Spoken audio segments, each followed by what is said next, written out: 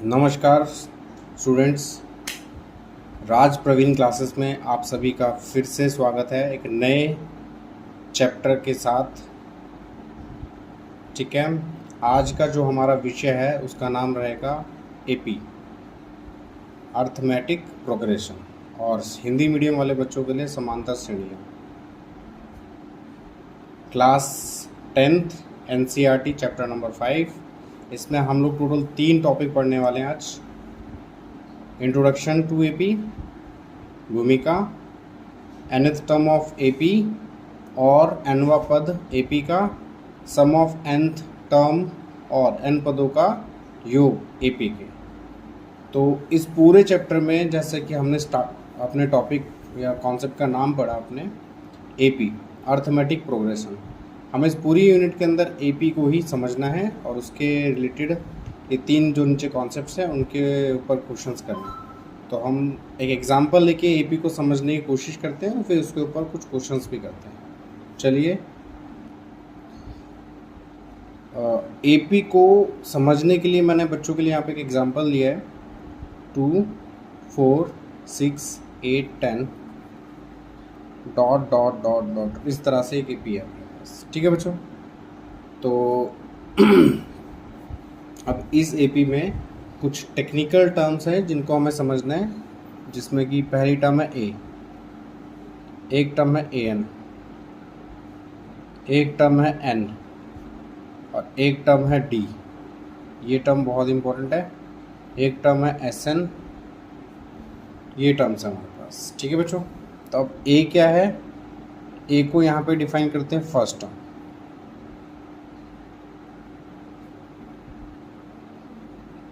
या प्रथम पद। इस एपी में जो ए है मेरा वो है 2, प्रथम पद। ठीक है बच्चों, दूसरा है ए एन। अगर मैं इस एपी को यहीं पर फिनिश कर लेता 10 तक, बाकी आगे नहीं चलता, तो एपी का जो ए एन है इसका मीन्स है लास्ट टर्म,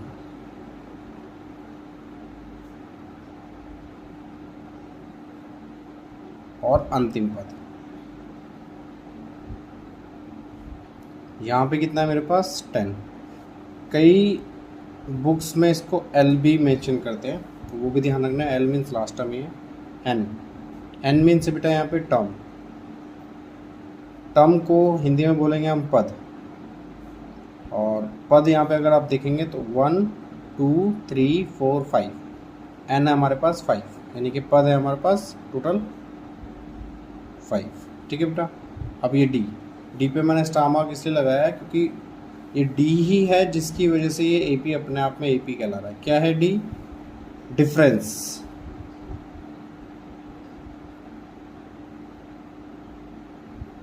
और अंतर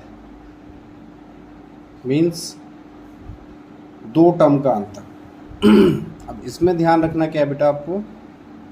2 टर्म मीन्स सेकेंड टर्म में से पहली टर्म माइनस करनी है, सेकेंड टर्म में से पहली टर्म माइनस करनी है, सेकेंड टर्म में से पहली टर्म माइनस करनी है, सेकेंड टर्म में से पहली टर्म माइनस करनी है। और आप इसमें ध्यान से देखेंगे तो सभी टर्म्स का जो डिफरेंस है वो सेम है, यानी कि 2। 4 में से 2 गए 2, 6 में से 4 गए 2, 8 में से 6 गए 2, 10 में से 8 गए 2। ठीक है बेटा, अब एस एन क्या है? एस एन मीन्स है सम। अब सम किसका? एन टर्म्स का, जितनी टर्म्स हैं। ठीक है, हिंदी मीडियम में लिखेंगे इसे योग, जितने पद है उतने पदों का योग। कितने पद हैं यहाँ पे? 5। 1, 2, 3, 4, 5, तो 5 पदों का योग हमारे पास कितना है? 10, 20 और 30, टोटल 30 है सम।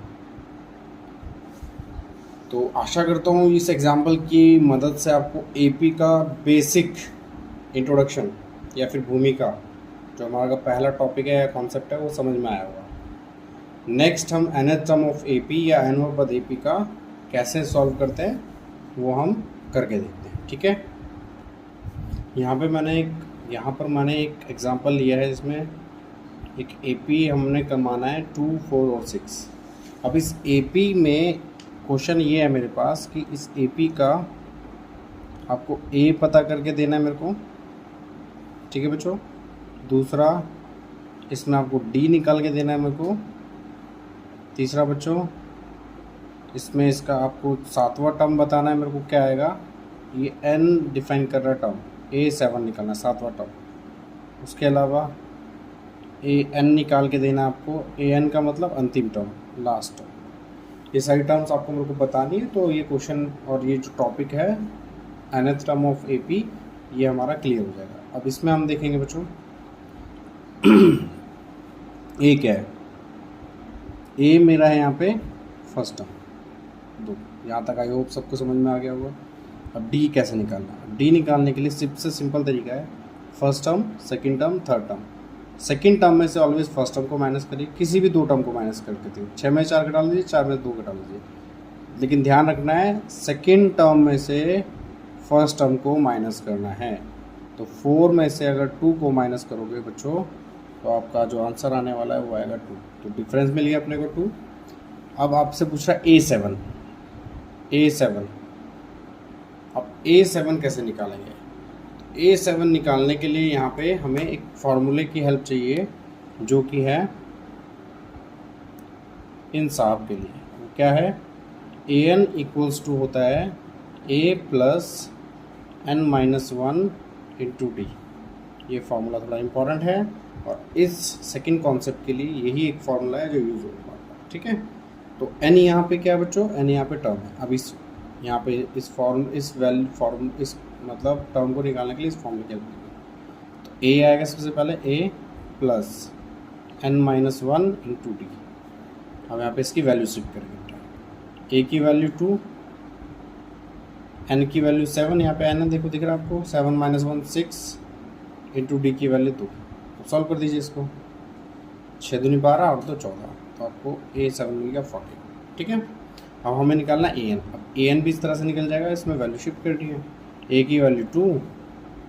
अब यहाँ पे n मीन्स कोई टर्म है जिससे हमें कोई डेफिनेशन नहीं है, इसने AN पूछा तो हम n टर्म निकाल, nth टर्म, लास्ट टर्म हम मान लेते हैं लास्ट टर्म।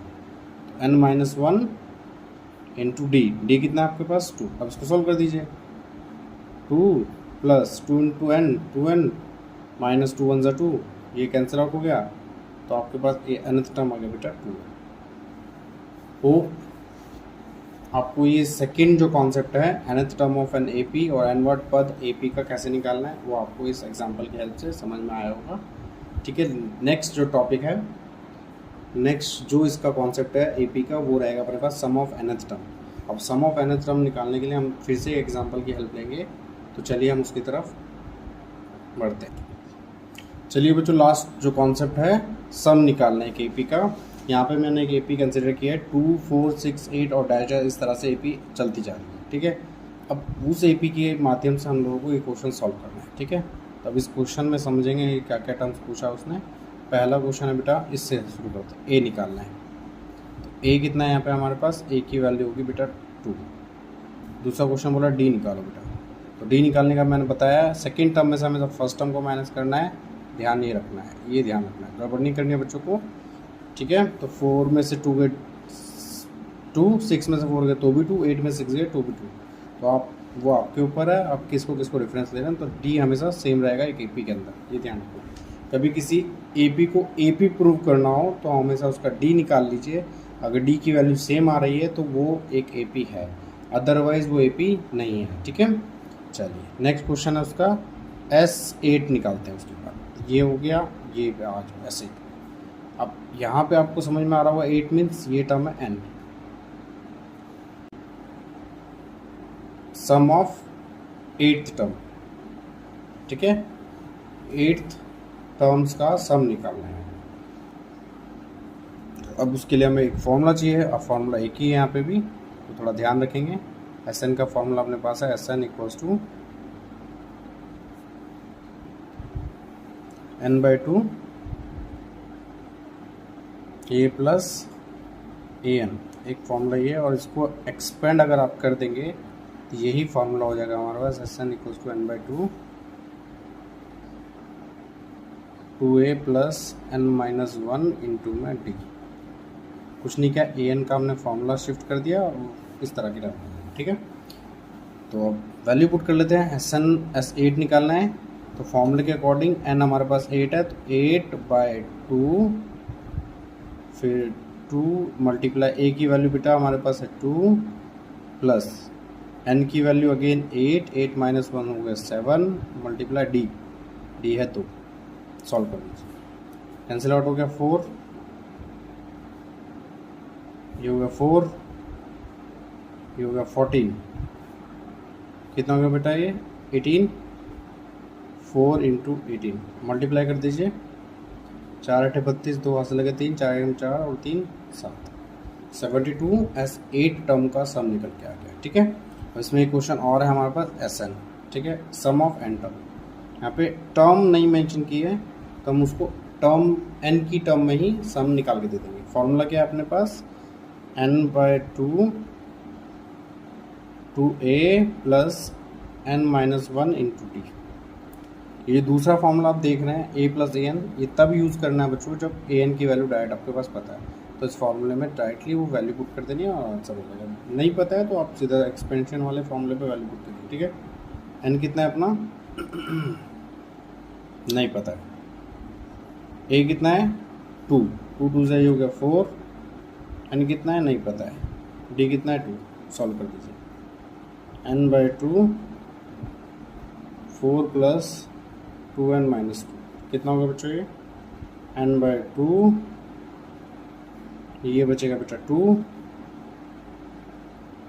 प्लस में 2n, कॉमन निकालना चाहे कॉमन निकाल सकते हैं, 2 कॉमन हो गया तो ये बचा n into 2 bracket 1 plus n divided by 2, ये कट गया n, ये आंसर आ गया n प्लस 1। तो होप मैं करता हूँ आपको ये जो पूरा का पूरा कॉन्सेप्ट है एपी का इस पूरी वीडियो के माध्यम से समझ में आया होगा।